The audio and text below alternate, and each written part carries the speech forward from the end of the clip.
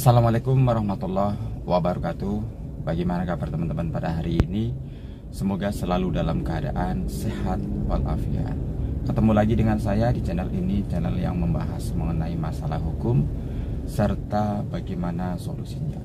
Kali ini yang akan saya sampaikan adalah mengenai apa itu uang palsu, kemudian ciri-ciri dari uang palsu, dampak adanya peredaran uang palsu, sanksi hukum pembuatan uang palsu, serta bagaimana membedakan antara uang palsu dan uang asli.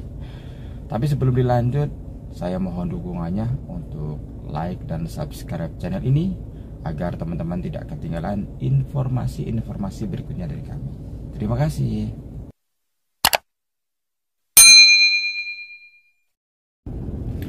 Ya, teman-teman semuanya, akhir-akhir ini pasti teman-teman di media sosial atau media televisi melihat hal yang viral, yaitu pembuatan uang palsu di daerah Makassar yang mencapai triliunan rupiah. Nah, ini menjadi perhatian kita bersama, juga menjadi perhatian pemerintah. Ya, sebenarnya apa sih dampaknya adanya peredaran uang palsu? Teman-teman semuanya, pertama akan kita sampaikan definisi uang palsu itu sendiri. Definisi uang palsu itu adalah uang yang dicetak secara ilegal oleh yang tidak berwenang dengan tujuan menyerupai uang asli. Tujuan pembuatan uang palsu ini biasanya untuk menipu orang lain seolah-olah uang itu adalah uang asli. Nah, ada beberapa ciri khas yang perlu diketahui bahwa itu uang palsu. Pertama, biasanya tidak ada watermark, atau misalnya ada watermarknya itu buram. Kemudian dalam pembuatan uangnya itu menggunakan kertas yang berbeda, atau lebih kasar atau lebih tipis. Kemudian nomor seri dari uang itu biasanya berulang-ulang atau banyak yang sama, berbeda dengan uang asli yang nomor serinya itu berurut dan nomornya unik. Nah, ada beberapa dampak adanya peredaran uang palsu ini. Pertama adalah dampak kerugian secara individu. Apabila kita menerima uang palsu, kemudian atau pedagang kecil, pedagang-pedagang menerima uang palsu, tentu uang tersebut tidak dapat digunakan lagi. Artinya kita yang memperoleh uang palsu akan mendapatkan kerugian.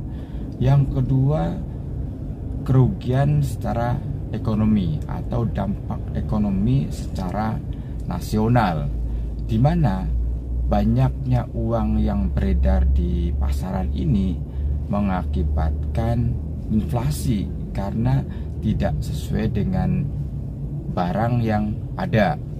Maka dengan banyaknya uang palsu yang beredar memungkinkan nilai rupiah itu semakin anjlok. Yang selanjutnya adalah turunnya kepercayaan terhadap mata uang ini. Dengan banyaknya beredar uang palsu, maka kepercayaan terhadap uang ini akan menjadi menurun. Selanjutnya, bagaimana untuk menangani banyaknya peredaran uang palsu?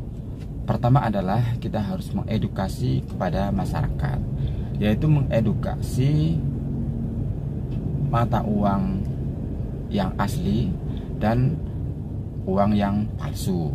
Selanjutnya adalah meningkatkan keamanan, yaitu dari bank sentralnya atau dari BI.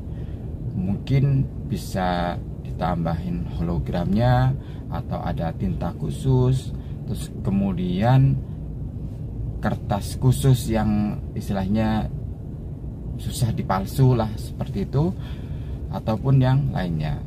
Yang lainnya adalah untuk penanganannya adalah harus dilakukan penangkapan kepada pelaku apabila terjadi.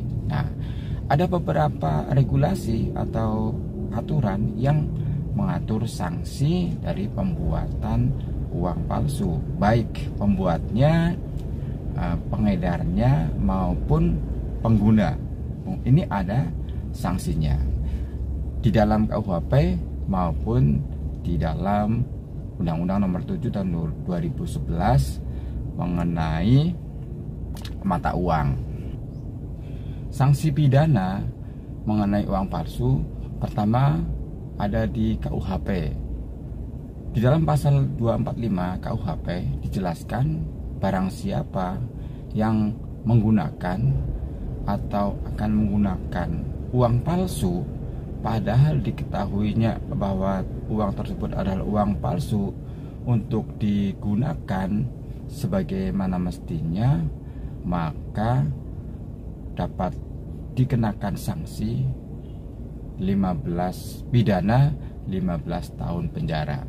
Nah, artinya orang ini sebenarnya sudah tahu bahwa uang ini ada uang palsu, tapi dia berniat atau memang menggunakan untuk membelanjakan uang tersebut, maka ini yang akan terkena sanksi pidana sampai 15 tahun penjara. Itu terdapat di dalam KUHP.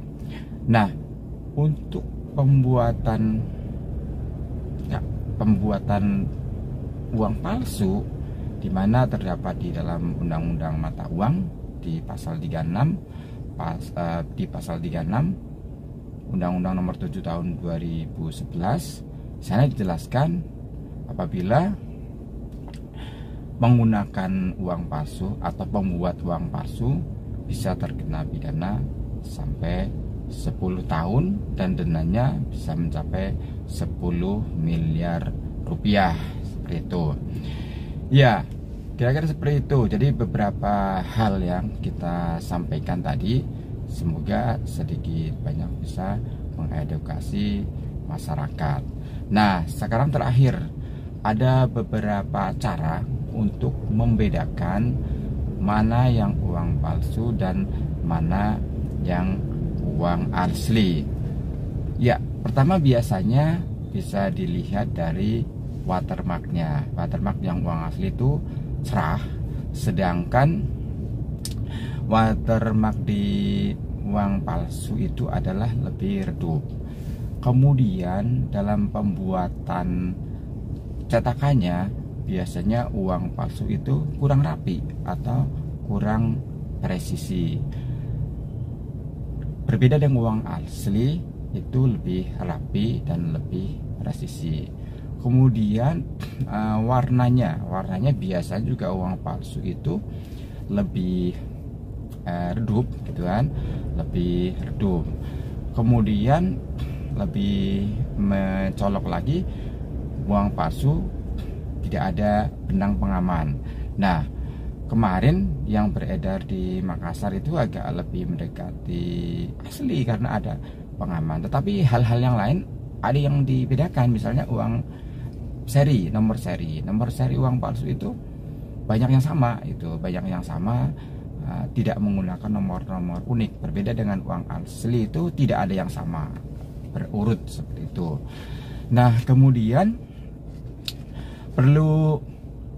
bila perlu adalah ada alat pendeteksi uang asli dan uang palsu. Nah, ini bisa membantu membedakan mana uang asli, mana uang palsu.